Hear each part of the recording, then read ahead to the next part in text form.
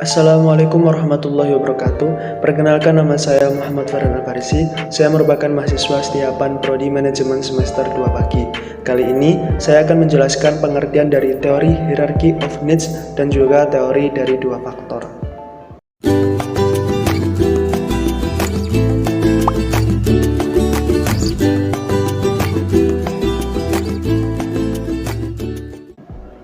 Hierarchy of Needs merupakan teori yang diciptakan oleh seorang psikolog terkenal yang bernama Abraham Maslow. Mungkin sebelum kita membahas teorinya, kita perlu tahu siapa Abraham Maslow dan kenapa Abraham Maslow mencetuskan teori tersebut. Abraham Maslow merupakan psikolog pendiri aliran humanistik yang terkenal di Amerika. Pada saat itu, Maslow sangat ingin tahu apa motivasi hidup dari orang-orang sehingga berinisiatif ingin menyelesaikan permasalahan tersebut yang belum pernah terjawab pada masa itu dengan ilmu psikologi lainnya. Singkat waktu, setelah lulus kuliah, Maslow mencetuskan teori hierarchy of needs atau biasa disebut Maslow's Pyramids of Needs. Nah, sesuai namanya, teori ini digambarkan seperti halnya piramida yang terdapat 5 level kebutuhan manusia yang harus dipenuhi agar hidup bahagia, sehat fisik dan sehat mental.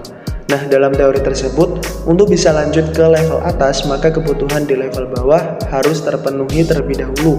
Karena pada level bawah ini memang berisi kebutuhan-kebutuhan untuk bertahan hidup.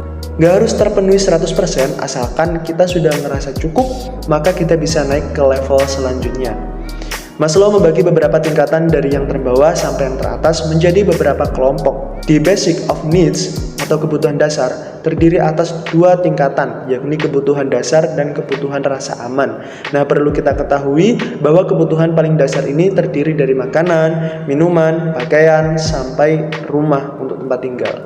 Nah, pada level kedua ini adalah keamanan, yakni keamanan tubuh, keamanan finansial, kesehatan, dan keselamatan. Untuk memenuhi kebutuhan ini biasanya bisa kita dapatkan dengan cara bekerja, menabung, atau membayar asuransi kesehatan, dan lain sebagainya. Kemudian di kelompok selanjutnya ada kebutuhan psikologis yang terdiri dari 2 tingkatan, yakni level 3 dan level 4. Di tingkatan ketiga ini ada kebutuhan sosial yang terdiri dari hubungan sosial dan kebutuhan akan rasa cinta. Hal-hal yang bisa memenuhi hal ini adalah adanya teman, pacar, ataupun keluarga, bahkan komunitas. Habis itu kita naik lagi nih ke level keempat, yakni kebutuhan akan harga diri, yakni apresiasi dan hormat dari orang lain. Untuk memenuhi hal ini, kita perlu melakukan berbagai hal yang meningkatkan rasa percaya diri, seperti menjadi orang yang penting di suatu organisasi atau kantor, menang lomba, karir bagus, dan lain-lain. Dan di tingkatan terakhir, menurut Maslow yang paling penting dalam mencapai kehidupan bermakna adalah aktualisasi diri atau hidup sesuai potensi mereka yang seutuhnya. Jadi hidup seutuhnya. Di dalam buku Motivation and Personality karya Abraham Maslow, Maslow menjelaskan bahwa kita harus berdamai dengan diri sendiri dan menjadi apa yang dikehendaki pada kita. Intinya, setiap individu harus memenuhi kebutuhan terdasar baru dapat mencapai kebutuhan yang lebih tinggi lagi. Jangan pernah putus asa untuk dapat meraih kebahagiaan dalam hidup dan selalu bersyukur atas apa yang kita miliki saat ini. Teori dua faktor. Teori dua faktor ini dicetuskan oleh Frederick Herzberg yang juga merupakan seorang psikolog spesialis bidang kesehatan mental industri. Herzberg adalah seorang profesor yang mengajar di Universitas Utah, Amerika Serikat. Hasil penelitian yang dikembangkan Herzberg bersama mahasiswanya adalah salah satu teori motivasi, yakni teori dua faktor. Teori yang diterapkan dalam lingkungan kerja ini membahas motivasi manusia dalam lingkungan kerjanya, serta dampak pada kepuasan kerja dan kesehatan mental masing-masing pekerja.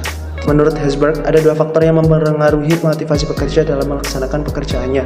Faktor tersebut adalah faktor motivator, merupakan faktor kelompok yang mendorong dan merangsang karyawan untuk bekerja lebih baik dan produktif.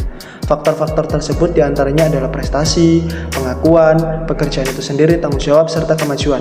Faktor higien merupakan faktor-faktor yang menimbulkan rasa ketidakpuasan pada karyawan. Kekurangan pada faktor-faktor tersebut akan menimbulkan rasa ketidakpuasan, tetapi bukan berarti terpenuhinya faktor tersebut akan menjamin timbulnya motivasi kerja. Yang termasuk dalam faktor ini adalah faktor atasan, lingkungan kerja, hubungan kerja antar individu, imbalan dan rasa aman, serta kebijakan perusahaan. Dalam teorinya, Herzberg berpendapat bahwa ada ada 2 tahap dalam memotivasi karyawan. Tahap pertama adalah mencegah timbulnya ketidakpuasan dengan cara memastikan bahwa faktor-faktor higien karyawan telah memadai. Kemudian tahap kedua adalah merangsang motivasi dan kepuasan karyawan dengan memberi kesempatan pada karyawan untuk menikmati faktor-faktor motivator dengan maksimal.